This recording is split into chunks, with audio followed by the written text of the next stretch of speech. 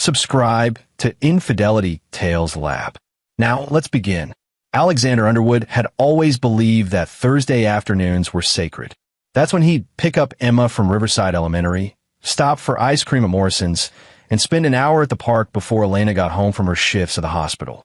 His daughter, 9 years old with her mother's dark eyes and his own stubborn chin, would tell him everything. The playground politics, her art projects, the books she'd been reading. But this Thursday, Emma was silent. Alexander noticed it immediately when she climbed into his truck. Her backpack hung heavier than usual, and she clutched it against her chest like it contained something precious and terrible.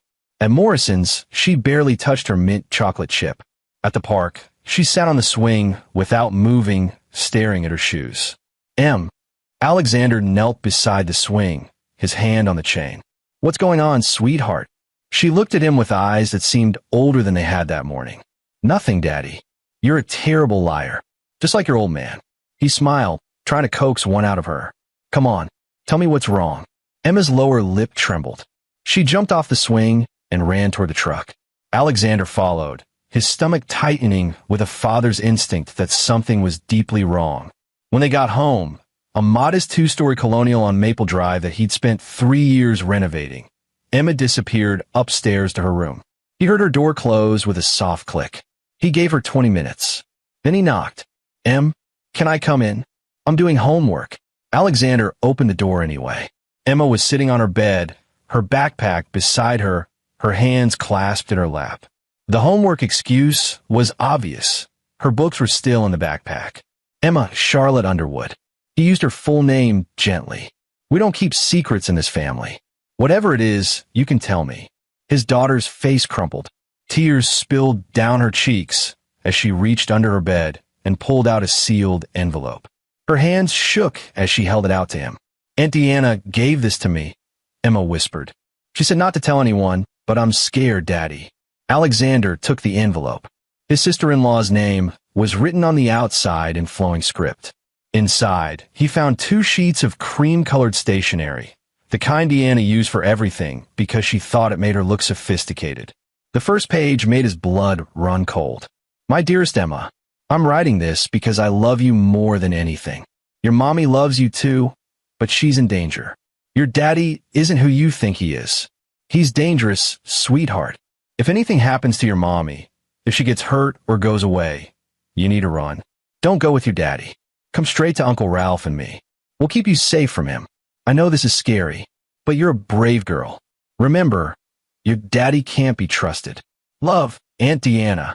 Alexander read it twice, his hands steady despite the rage building in his chest. Then he turned to the second page. What he saw there changed everything. It wasn't a letter. It was a photograph, printed on regular paper. The image showed Alexander's truck parked outside a house he didn't recognize. The timestamp in the corner read 3 weeks ago, a Tuesday afternoon when he'd supposedly been at the construction site. Except he had been at the site that day. He remembered it clearly because they'd poured the foundation for the Henderson project. Someone had doctored this photograph, and Deanna was setting him up for something. Alexander looked at his daughter, who was watching him with terrified eyes, and felt something inside him solidify into steel. "Emma, listen to me." He sat on her bed and took her small hands in his. "I'm never going to hurt your mother. I love her more than anything in this world, except for you. Do you understand me?" But Aunt Deanna said, "I know what you said, but it's not true." He kept his voice calm, though fury coiled in his gut. "Someone is lying, and I'm going to find out why. But I need you to trust me.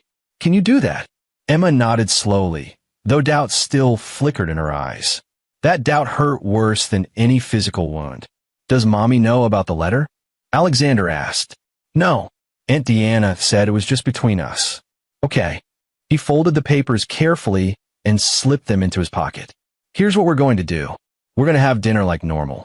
We're going to wait for Mommy to come home, and you're going to let me handle this. Can you do that for me?" "Yes, Daddy." "Good girl." He kissed her forehead. "Now go wash your face. I'll start dinner." Downstairs, Alexander's hands moved on autopilot as he prepared chicken and vegetables. His mind raced through possibilities. Deanna Waters had never liked him. That was nothing new. From a moment he'd started dating Elena 6 years ago, Deanna had made her disapproval clear. She thought he wasn't good enough for her younger sister. His background in construction, his working-class roots, his lack of college education, none of it measured up to her standards. But this was different. This was calculated, malicious. The photograph bothered him most. It required planning, technical skill, and a specific intent to frame him. Deanna was a real estate agent with a taste for drama, but she wasn't sophisticated enough to pull this off alone, which meant she had help. Alexander pulled out his phone and texted his business partner, Malcolm U. They'd served together in the Marines, deployed twice to Afghanistan, and started Underwood and U Construction 5 years ago. If anyone could help him think through this tactically, it was Malcolm. Need to talk. Tonight. Important. The reply came instantly. My place. 9 p.m. Elena arrived home at 7:30, still in her scrubs, her dark hair pulled back in a messy bun. She kissed Alexander and then Emma, asking about their day with the exhausted warmth of someone who'd spent 12 hours on her feet in the ICU. Alexander watched his wife move through their kitchen, pouring wine, laughing at Emma's story about her friend's hamster, and felt the weight of the letter in his pocket like a stone. Elena adored her sister. Deanna was 3 years older and had helped raise Elena after their parents died in a car accident when Elena was 16. That bond was sacred to Elena, which made Deanna's betrayal even more insidious. After dinner, after Emma was in bed, Alexander sat beside Elena on their couch and pulled out the letter. You need to see something. Elena's face went pale as she read, then pink, then red. By the time she finished, her hands were shaking with anger. This is insane, she whispered. Deanna wrote this? To Emma. Apparently. She told our daughter that you're dangerous?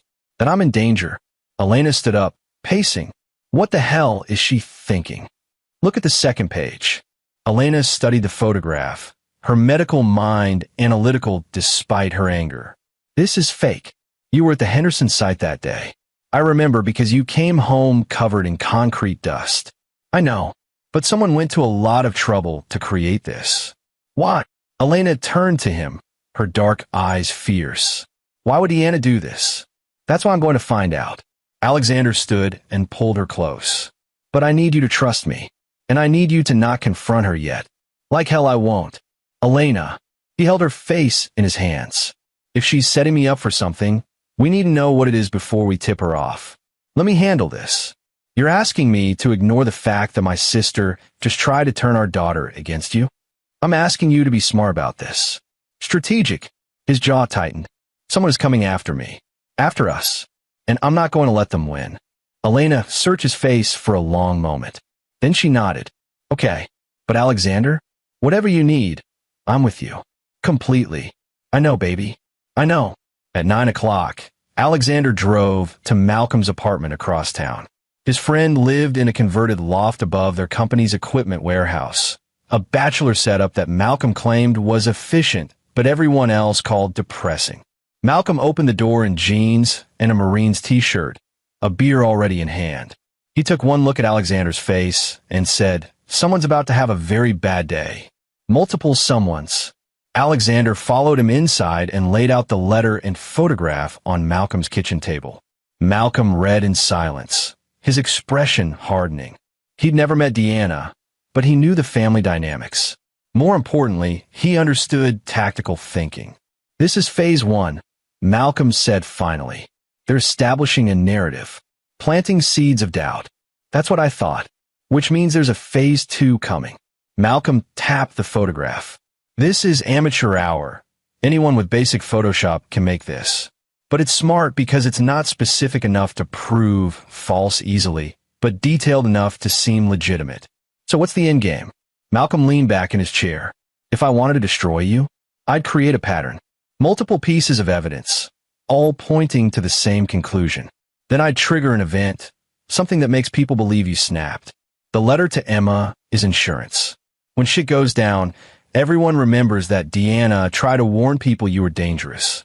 Alexander felt ice in his veins. You think something's going to happen to Elena. I think someone wants it to look like something happened to Elena. Or will happen. Malcolm met his eyes.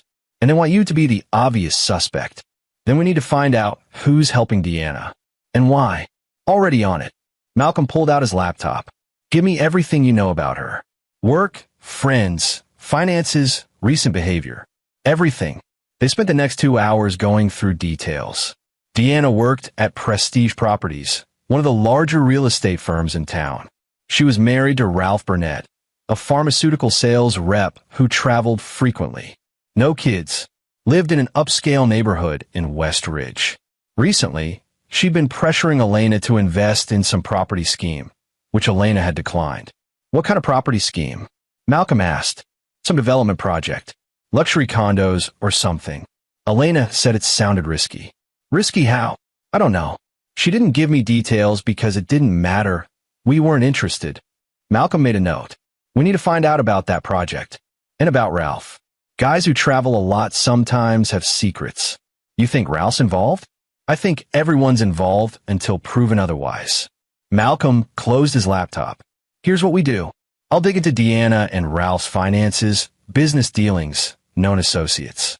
You need to stay visible. Go to work, be the perfect dad and husband, give them nothing to use against you.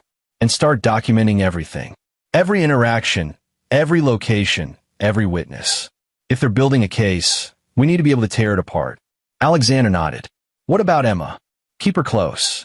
If this goes where I think it's going, they might try to use her as leverage. The thought made Alexander's hands curl into fists.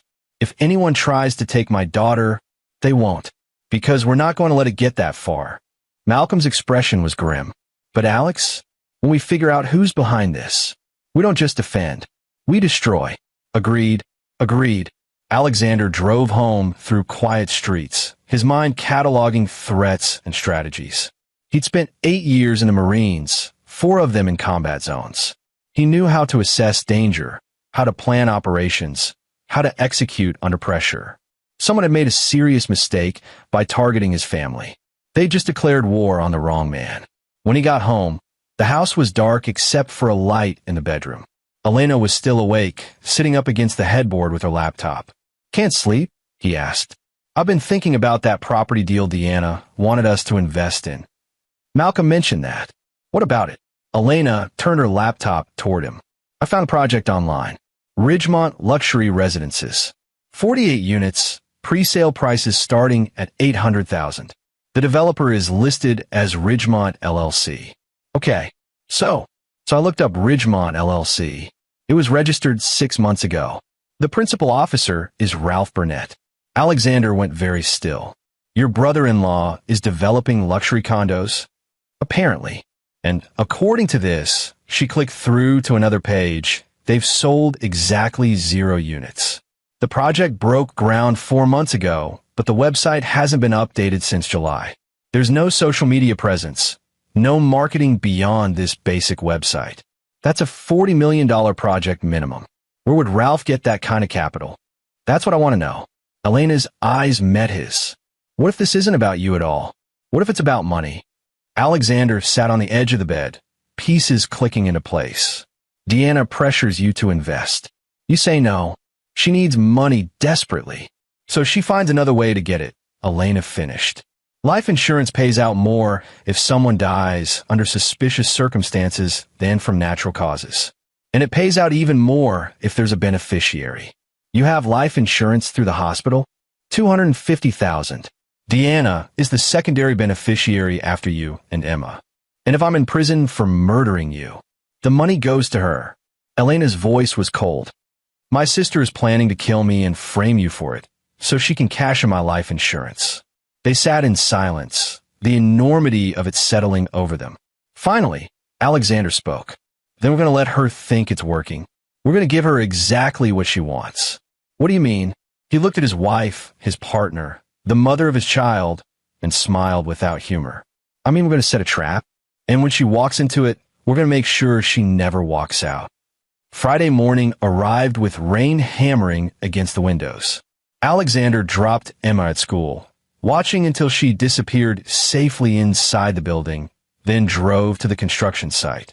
The Henderson project was a renovation job, turning an old warehouse into mixed-use retail and office space. It was the kind of work Alexander loved, taking something forgotten and making it useful again. Malcolm was already there, standing in the shell of what would become the main lobby. His expression was grim. "Found something," he said without preamble. "Ralph Burnett's in deeper shit than we thought." They moved to the on-site trailer, where Malcolm had his laptop set up. Rain drummed on the metal roof.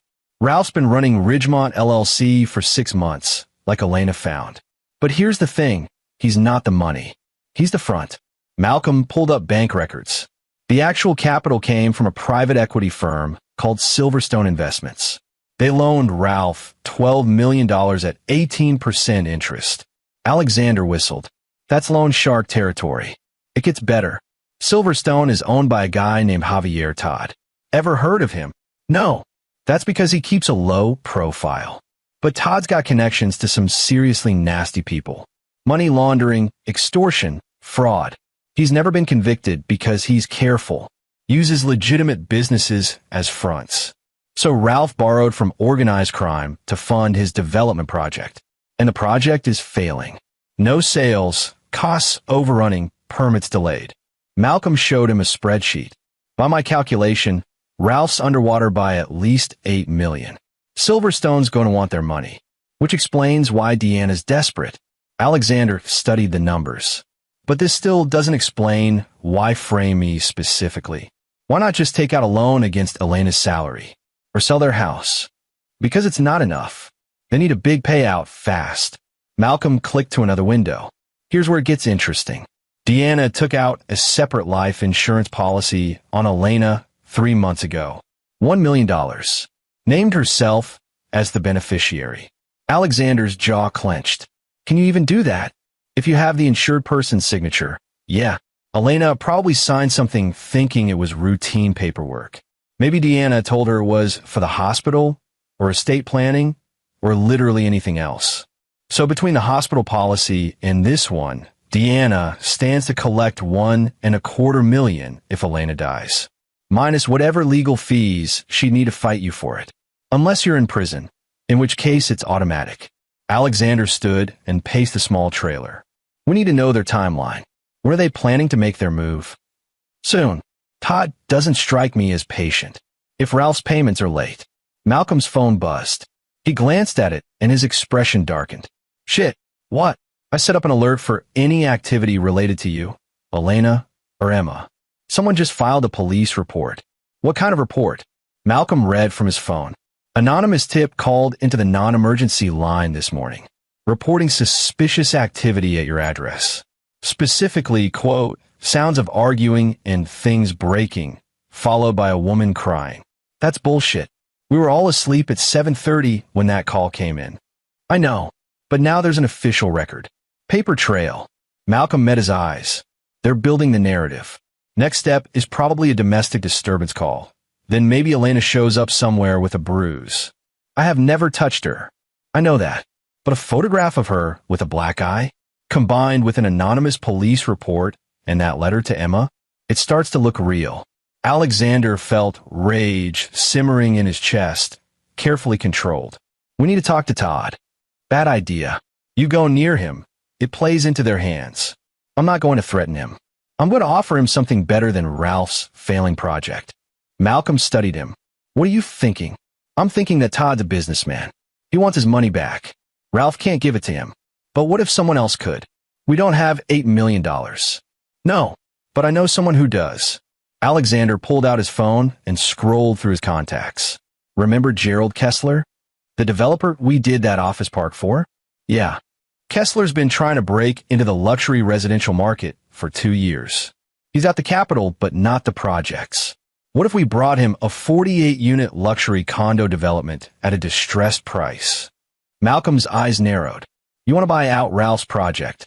I want Todd to think we're buying out Ralph's project at a price that makes him whole. We approach him, investor to investor. Tell him we've heard Ridgemont's struggling and we're interested in acquiring it. Todd gets his money back, Ralph gets cut out, and suddenly Deanna's murder plot is pointless. There's no financial motive anymore. That's not revenge. That's just stopping them. That's step one." Alexander's smile was cold. Step 2 is watching what they do when they realize their plan fell apart. Desperate people make mistakes, and when they do, we'll be there to document every single one. And Step 3 is making sure they pay for what they try to do to my family. Malcolm was quiet for a moment. Then he nodded. I'll set up a meeting with Todd. But Alex, we're walking a very thin line here. I know, but they came after my daughter. They tried to turn Emma against me, made her afraid of me. Alexander's voice was hard as granite. Whatever line I have to cross to protect my family, I'll cross it, and I won't lose a minute of sleep. That afternoon, Alexander picked up Emma from school as usual. She seemed less withdrawn than yesterday, chattering about a science project. But when they got home, she hesitated before getting out of the truck. Daddy, are you and Mommy okay? We're perfect, sweetheart. What? I heard you talking last night. It sounded serious. Alexander turned to face her fully. Sometimes adults have to deal with complicated things. But your mom and I are a team. We always figure things out together. You don't need to worry about us, okay? Okay. She didn't sound convinced. Tell you what, how about this weekend? Just you and me, we go camping like we used to. Just one night, up at Crescent Lake. We can fish and make s'mores, and you can stay up late. Emma's face brightened. Really? Mommy won't mind. Mommy thinks it's a great idea. She's at a shift anyway. He ruffled her hair. Sound good? Yeah. As Emma ran inside, Alexander felt a twist of guilt. The camping trip wasn't just father-daughter bonding. It was tactical. If Deanna and Ralph were planning to stage something, they'd need Elena alone. Alexander wanted them to see an opportunity. Wanted them to make their move while he had Emma safely away and Malcolm watching Elena's every move. The trap was being set. That evening, Elena cooked dinner while Alexander helped Emma with homework. It was domestic and normal and perfect, and Alexander memorized every detail. The way Elena hummed while she chopped vegetables, the way Emma stuck her tongue out when she concentrated on math problems, the late afternoon light slanting through the kitchen windows. He would burn the world down before he let anyone destroy this.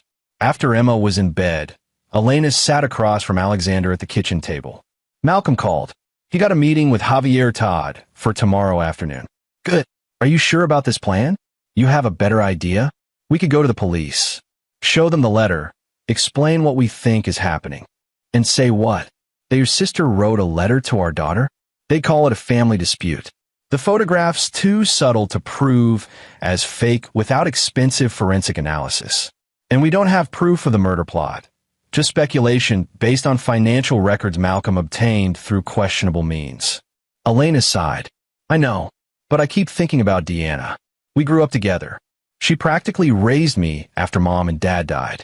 How did she become someone who could do this? Money, fear, desperation. Alexander reached across and took her hand. People do terrible things when they're backed into a corner. Do you really think she's capable of killing me? I think she's capable of convincing herself it's justified. That's more dangerous. They sat in silence, hands clasped, until Elena spoke again. When this is over, when they're caught, I don't know if I can ever forgive her. You don't have to. Forgiveness is optional. Justice isn't. Malcolm had arranged the meeting at a neutral location, a coffee shop in the financial district called Sterling Grounds, the kind of place where businessmen made deals over espresso and leather furniture.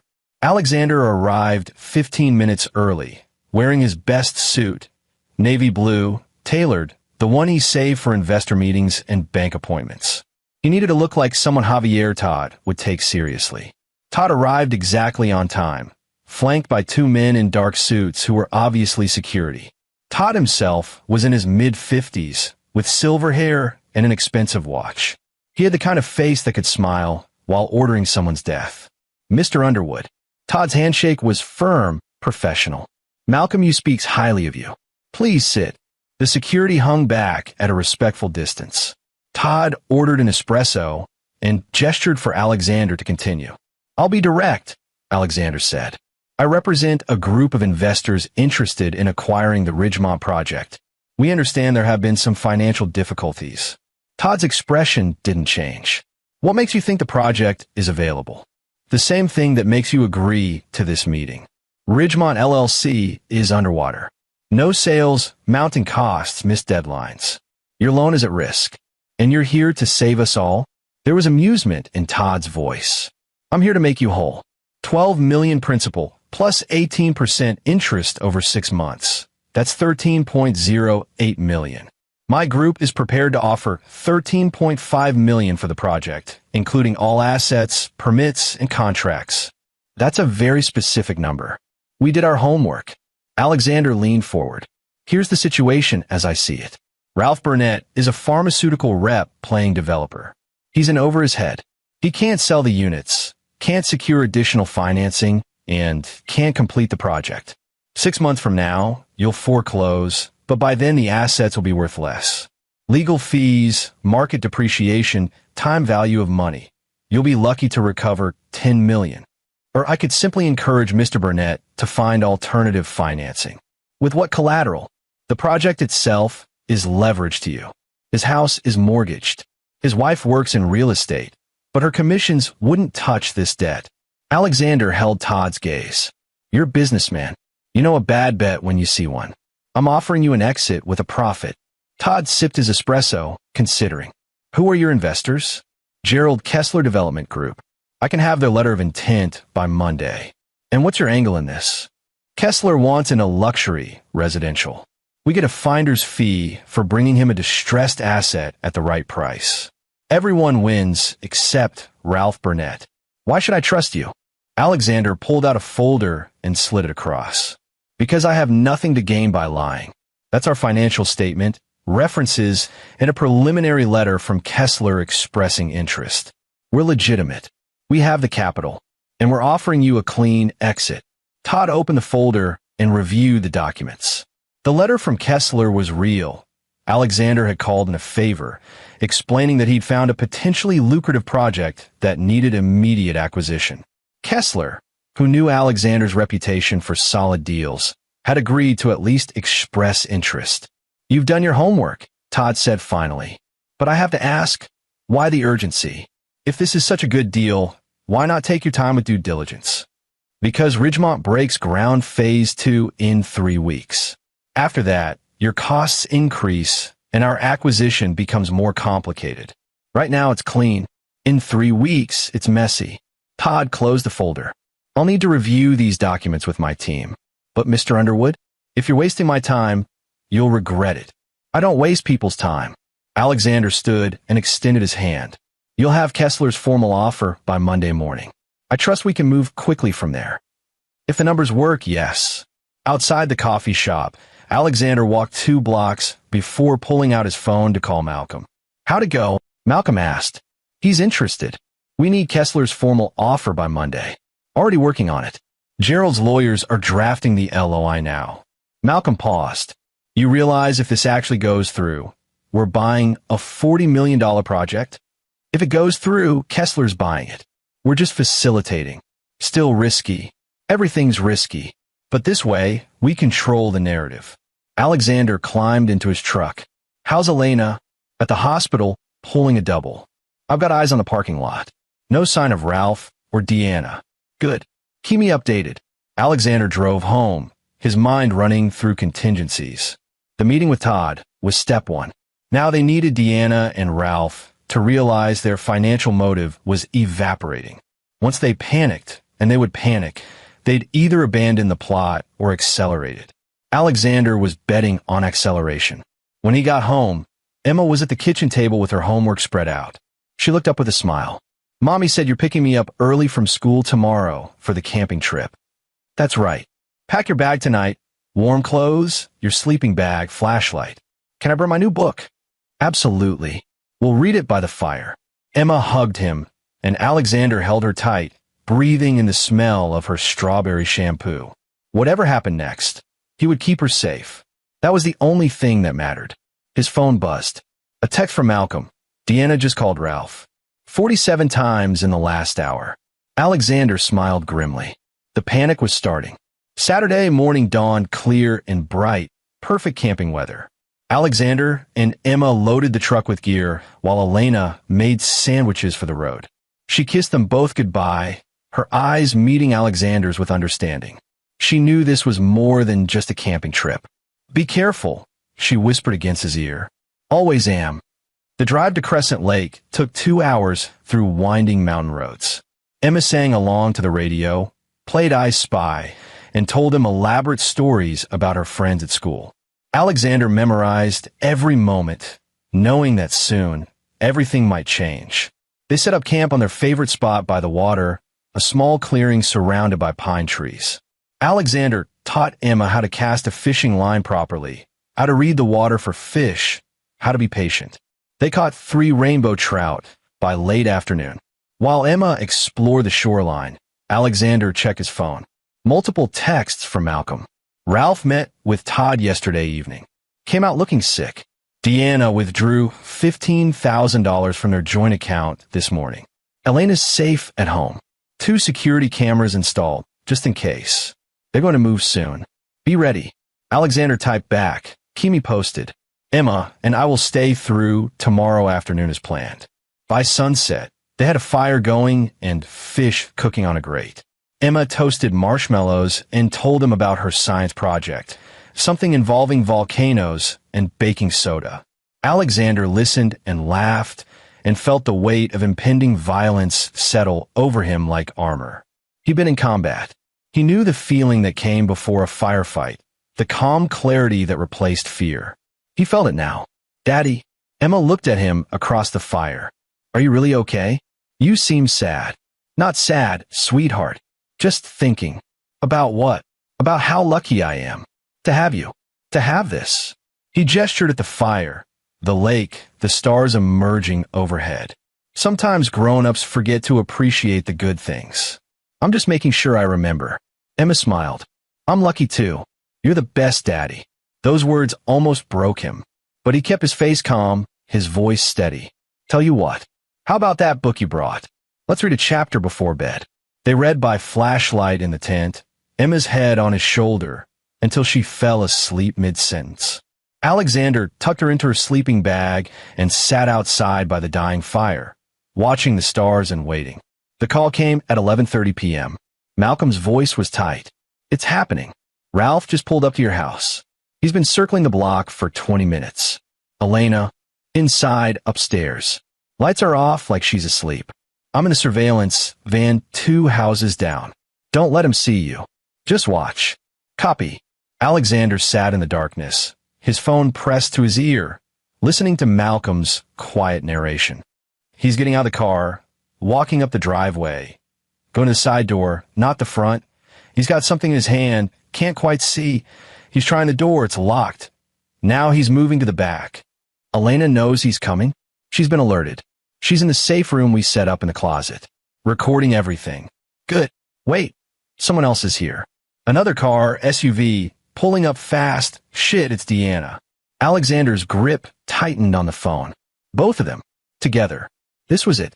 They're arguing. Malcolm continued. Can't hear what they're saying, but it's heated. Deanna's pulling Ralph back toward his car. They're leaving. Both vehicles heading east. Follow them. Already moving. Alexander ended the call and sat motionless in the dark. Emma slept peacefully in the tent behind him. The lake was glass smooth, reflecting starlight. And somewhere back in the city, Deanna and Ralph were panicking. The trap was working. His phone rang again 15 minutes later. They went to Ralph's office, Malcolm said. Ridgemont LLC headquarters. It's a small office park on Industrial Drive. They're inside now. Can you hear anything? Working on it. Give me 5. Alexander waited, counting heartbeats. Then Malcolm was back. Got a parabolic mic on the window. Audio's not perfect, but I'm getting most of it. They're fighting. Deanna's saying they need to move now, tonight. Ralph's saying they can't. It's too risky. Todd's about to take the project. Deanna's screaming that they're out of time, that if they don't get the insurance money, they're both going to prison. Keep recording. There's more. Deanna's saying something about the pills. She has pills. She's going to make Elena take them, make it look like suicide. The letter to Emma will look like prescience, like she knew her sister was depressed. Ralph saying that's insane. There's too much heat. The anonymous police report already made things suspicious. Alexander felt ice in his veins. Suicide. They were planning to stage Elena's suicide. Tomorrow, probably, while he and Emma were still camping. No witnesses, just a depressed woman who tragically took her own life. Deanna's not listening, Malcolm continued. She's saying she'll do it herself. Tonight, she'll go to the house, let herself in with Elena's spare key, and... Jesus Christ, Alex. She's serious. She's really going to do it. Where are they now? Still in the office. Ralph's trying to physically stop her. Hold on. She just hit him. She's completely unhinged. Alexander made a decision. Call the police. Anonymous tip about a domestic disturbance at Ridgemont LLC. Get them there. That'll blow my cover. I don't care. Elena needs protection, and we need them caught in the act of planning this. Do it.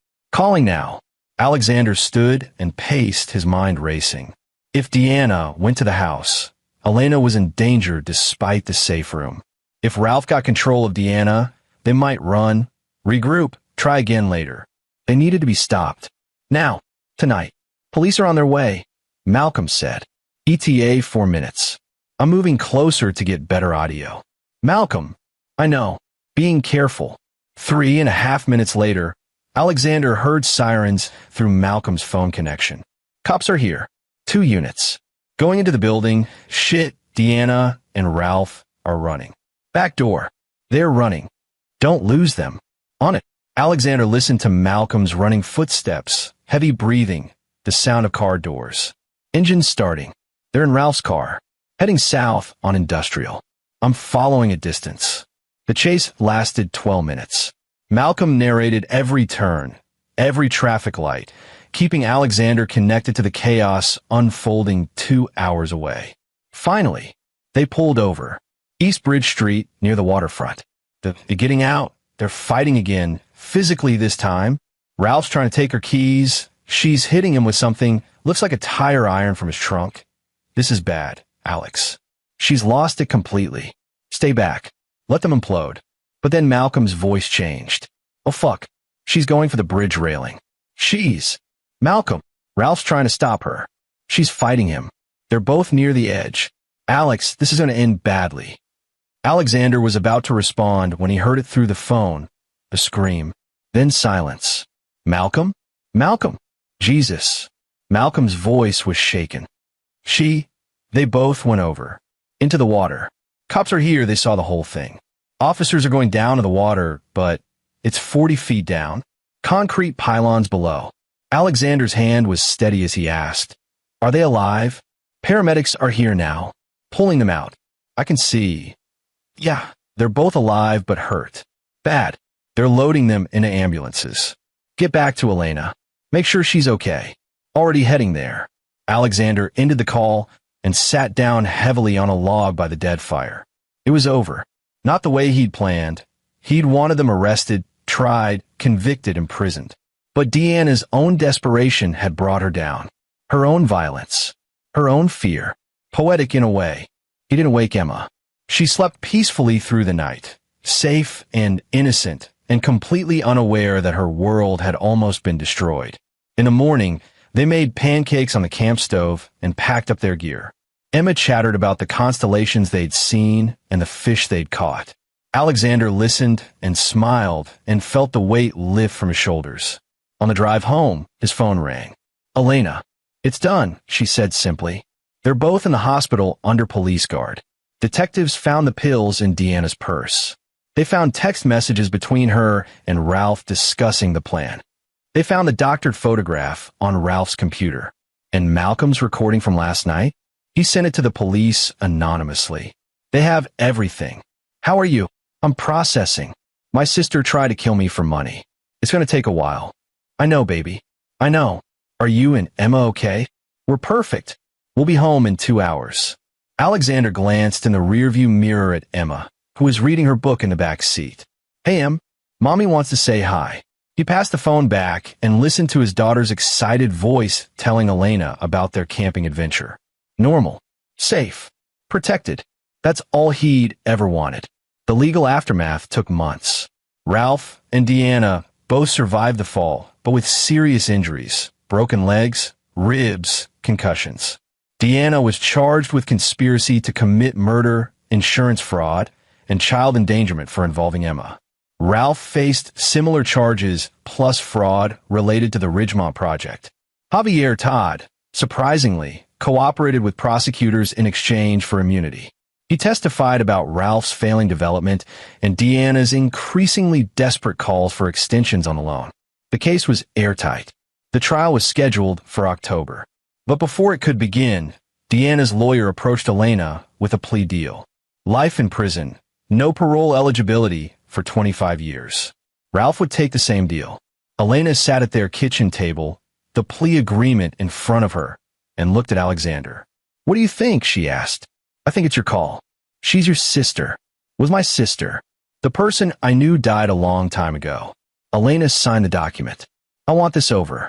I want to move on." So they did. Alexander and Malcolm completed the acquisition of the Ridgemont project with Kessler's backing. They restructured it, brought in new contractors, and had units sold within 6 months. The project that was supposed to destroy them ended up being their most profitable deal ever. Emma never knew the full story. She knew that Aunt Deanna had done something wrong and was in prison, but the details were left vague, age-appropriate. What mattered was that she felt safe again, that her doubt about her father had been erased, that their family was intact. One evening, months after everything was settled, Emma was doing homework at the kitchen table while Alexander cooked dinner. Elena was at the hospital, finishing her shift. "Daddy," Emma said suddenly, "I'm sorry I believed that letter." Alexander turned from the stove. "What?" "The letter from Aunt Deanna. I'm sorry I believed it. Even for a little while." He crossed to her and knelt down. "Emma, you were scared. You were given information by an adult you trusted. You didn't do anything wrong. But I should have known you'd never hurt anyone. Sweetheart, listen to me. You're 9 years old. You're not supposed to have all the answers. You're not supposed to know when adults are lying. That's not your job." He took her hands. "Your job is to be a kid, to feel safe, to trust that the people who love you will protect you. And we will. Always." Emma hugged him tight. "I love you, Daddy. I love you too, Em. More than anything." That night, after Emma was asleep and Elena was home, they sat together on the back porch. The sky was clear, stars bright above them. "Do you ever think about how close we came?" Elena asked. "Every day. Does it scare you?" "No." Alexander put his arm around her. "Because we won. We survived. And they didn't break us. I keep thinking about that letter. How Deanna wrote it to Emma. How she was willing to traumatize a child just to set up her scheme. That's how you know we made the right choice. Someone who'd do that to a kid? They don't deserve mercy." Elena leaned against him. "Do you think Emma will be okay? Long term, she's resilient. Like her mother." He kissed the top of Elena's head. "She'll be better than okay. She'll be great." They sat in comfortable silence, watching the stars. Somewhere, in a maximum security facility 200 miles away, Deanna Waters was beginning a life sentence.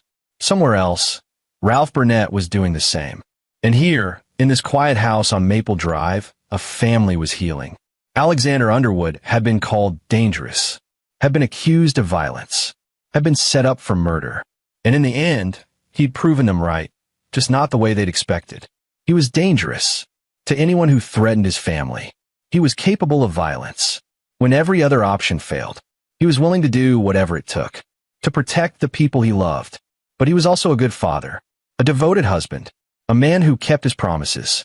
And that combination, that balance between protective fury and patient love, was what made him unbreakable. The trap had been set, the prey had been caught, and justice, in its own brutal way, had been served. Alexander looked down at Elena, peaceful against his shoulder, and smiled. Some wars are won with weapons, some with words. This one had been won with patience, planning, and an absolute refusal to surrender. And he would do it all again in a heartbeat. And there you have it. Another story comes to an end. What did you think? I'd love to hear your thoughts in the comments below. If you enjoy this story, consider joining our community by subscribing. It means the world to us. For more stories like this one, check out the recommended videos on screen. And I'll see you there.